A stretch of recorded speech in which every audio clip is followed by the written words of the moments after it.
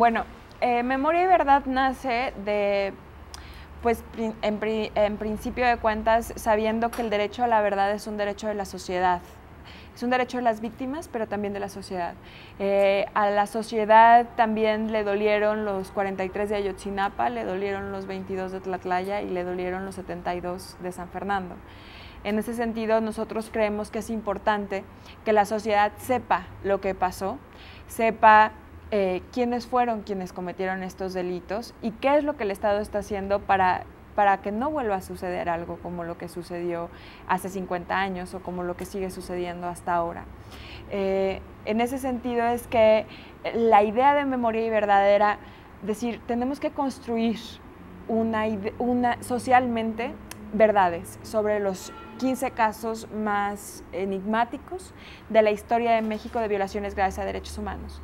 Iniciamos con el caso de Tlatelolco y terminamos con el caso de Apatzingán, pero en la plataforma están casos como Acteal, Atenco, Tlatlaya, Ayotzinapa 2011, Ayotzinapa 2014, Apatzingán, Aguas Blancas, El Halconazo, Campo Algodonero. Hicimos un barrido de toda la historia de las solicitudes de información de 2003 hasta la fecha.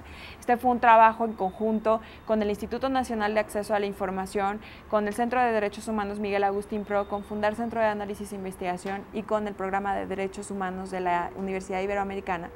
Y hicimos un barrido de todas las solicitudes de información que pudieran estar relacionadas con los 15 casos o bien con 3 ejes temáticos: desaparición forzada, ejecuciones arbitrarias y tortura.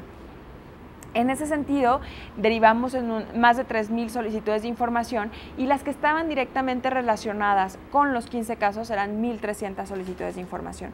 Todas estas solicitudes son las que hoy por hoy se encuentran en la plataforma memoriayverdad.mx. Sí, el INAI desde el principio, desde que iniciamos con la idea de este proyecto en mayo de 2015, el INAI dijo sí.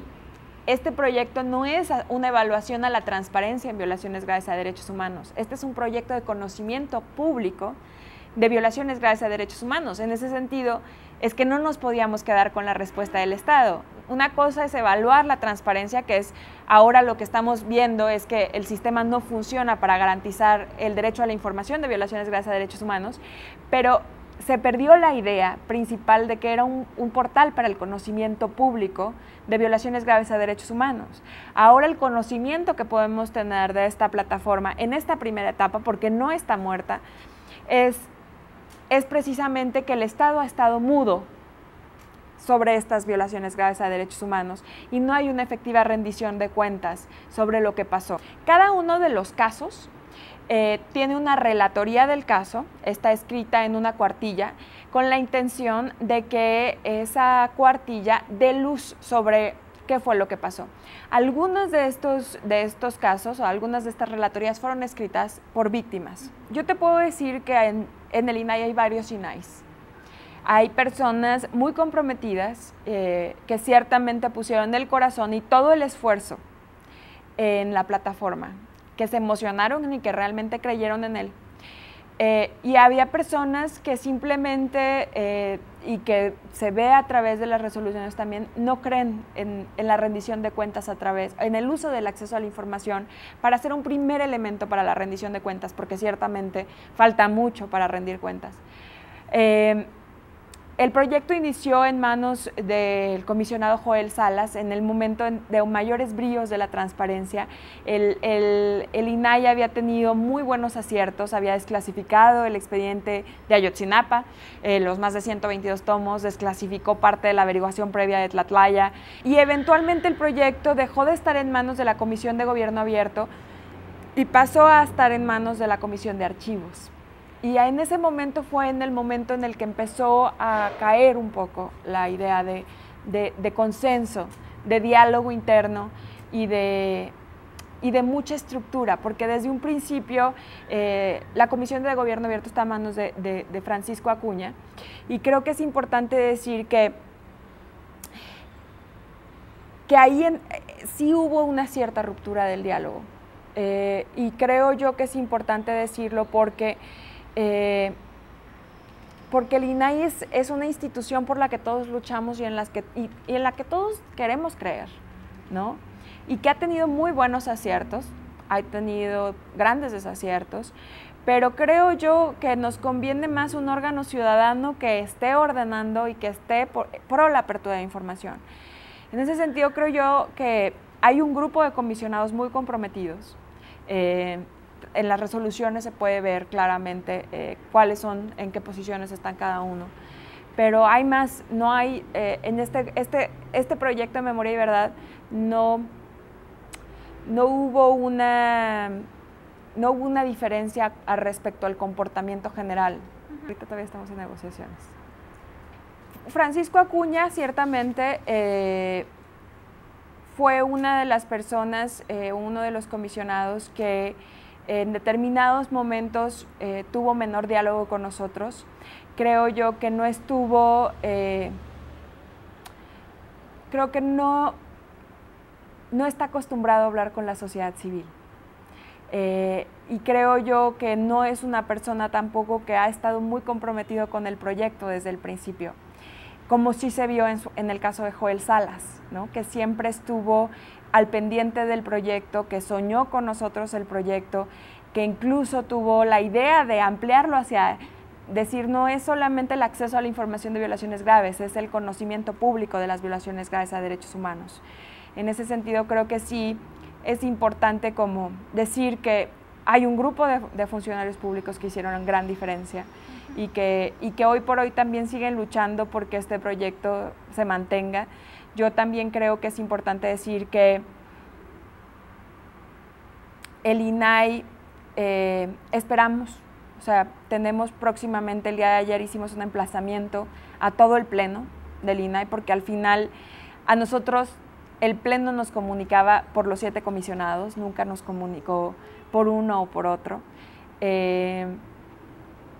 Y yo creo que, o esperaría que el INAI reivindicara la posición que mostró ayer, una posición como lo pudieron ver, en la que lejos de contestar o de argumentar lo que nosotros decíamos y de aceptar nuestro emplazamiento, lo que se mostró fue un total silencio y un total rechazo a lo que nosotros dijimos ayer. Bueno, en este caso hubo 2 momentos, ¿no? Y esto es justo cuando digo que hubo un cambio entre la Comisión de Gobierno Abierto y la Comisión de Archivos, porque en ese momento nos reunimos con los comisionados y nos comentaron que nos habían enviado un correo oficial en el que nos decían que si podíamos cambiar a ABC de la lista de casos de violaciones graves a derechos humanos, porque consideraban que este era un caso relacionado con un accidente y que decir que había sido violaciones graves a derechos humanos era sumamente cuestionable. Y además es un caso en el que la Suprema Corte de Justicia, dijo que eran violaciones graves a derechos humanos. O sea, ese caso ni siquiera está en cuestionamiento si es o no violaciones graves a derechos humanos. Es una violación grave a derechos humanos. Mira, nosotros no tenemos una... O sea, sabemos que en México nunca ha habido verdad, ¿no? Y no hay una rendición de cuentas. Recientemente, cuando vino el Alto Comisionado de las Naciones Unidas, fue una de las recomendaciones que le hizo al Estado mexicano, rendir cuentas, garantizar el derecho a la verdad de la sociedad. La realidad es que siempre ha sido un tema, y más en estos últimos años, en los que se ha ido restringiendo los espacios y flujos de información relacionados con las violaciones graves a derechos humanos. No me voy tan lejos y en enero de 2015 se cierra o se cambia la modalidad de acceso al Archivo General de la Nación que tenía la información de la Guerra Sucia de Tlatelolco y del Halconazo, ¿no? Entonces, ahora es mucho más difícil obtener información que ya era 100% pública, de acceso irrestricto, ¿no? Ahora tienes que acceder a esta información tachada. Ni siquiera los investigadores están teniendo acceso a esta información. Entonces, el Estado no está acostumbrado a rendir cuentas sobre las violaciones graves a derechos humanos y mucho menos a que la sociedad sepa o exija saber lo que pasó. Yo estoy convencida de que no ha habido una claridad sobre la importancia de un proceso de reconciliación y de perdón, que tiene que ver con la información, con el saber qué pasó y el reconocimiento del Estado de la existencia de violaciones graves a derechos humanos. No tenemos una lectura de específicamente qué intereses está tocando esta plataforma. Sabemos que esta ha sido la forma en la que se ha comunicado el Estado con la sociedad históricamente. Y esto es lo mismo específicamente para el caso ABC. No hay hasta el momento, desde artículo 19 o desde el grupo de las organizaciones del grupo permanente, identificadas personas o intereses específicos que hayan dado lugar al retiro de la información de la plataforma. No, porque también esa es otra de las cosas. O sea, el 6 de octubre nos avisaron que se bajaba la información, pero nosotros tuvimos acceso a la plataforma final, a la versión final de la plataforma, el lunes 10 de octubre a las 8 de la noche. Entonces, todavía estamos revisando las solicitudes, estamos viendo, tenemos claridad sobre el material audiovisual, sobre las fotografías, que en vez de 266 quedaron 13, sobre los videos, que no quedó ninguno, sobre las infografías que habíamos mandado, que solamente quedaron las que se crearon específicamente para el proyecto, y todas las otras se eliminaron, pero no tenemos, sobre todos los documentos, todavía no tenemos un análisis exacto de cuál es la información que se bajó. Yo hubiera esperado que, siendo la comisionada presidenta, la que tuviera la última palabra, hubiera mostrado más apertura a nuestra crítica y a nuestro diálogo. Sin embargo, fue muy clara en señalar las virtudes de la plataforma, lo cual me parece loable, pero creo que el reclamo que le hacía a la sociedad era un reclamo de no escuchar, de precisamente no escuchar, de haber roto cada una de los consensos y de los acuerdos que se habían generado en el seno del grupo permanente del proyecto Memoria y Verdad. Y creo que pudo haber dicho algo, haber sido más receptiva, y no lo fue, ¿no? Yo espero fervientemente que ahora en el diálogo que tengamos con el Pleno podamos reivindicar el proyecto y podamos seguir trabajando juntos. El discurso de ayer no fue un discurso de ruptura, pero fue un discurso en el que tuvimos que tomar una posición respecto a una posición muy autoritaria de parte del INAI, en la que decidieron y rompieron todos los acuerdos que habíamos tomado en último momento. Si cada una de las decisiones que se tomaron la última semana hubieran sido consensuadas con el grupo permanente, otra historia hubiera sido. El problema es, hubiéramos dado más tiempo, hubiéramos platicado con los padres de ABC para ver que vieran la información, que ellos decidieran, ¿no? Pero nos avisaron jueves antes y nos avisaron sobre su decisión. Yo veo una forma indirecta de censura. Eso es lo que veo. Creo que habría que ver si es una forma indirecta de censura para nosotros o una forma de autocensura para el INAI, ¿no?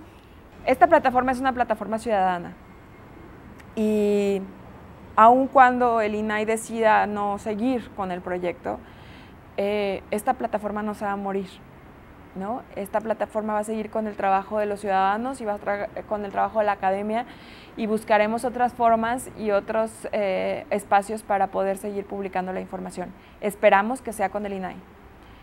Sabemos que sin el INAI no vamos a poder desclasificar toda la información que está clasificada actualmente, y que son listas y listas y listas, cientos y cientos de expedientes que están clasificados y que han caducado o que la reserva está caduca y que tendrían que ser desclasificados. Entonces, sí esperamos el trabajo del INAI, esperamos que el INAI reivindique esta posición y poder seguir trabajando con ellos. 27, 28, 29, 30, 31, 32.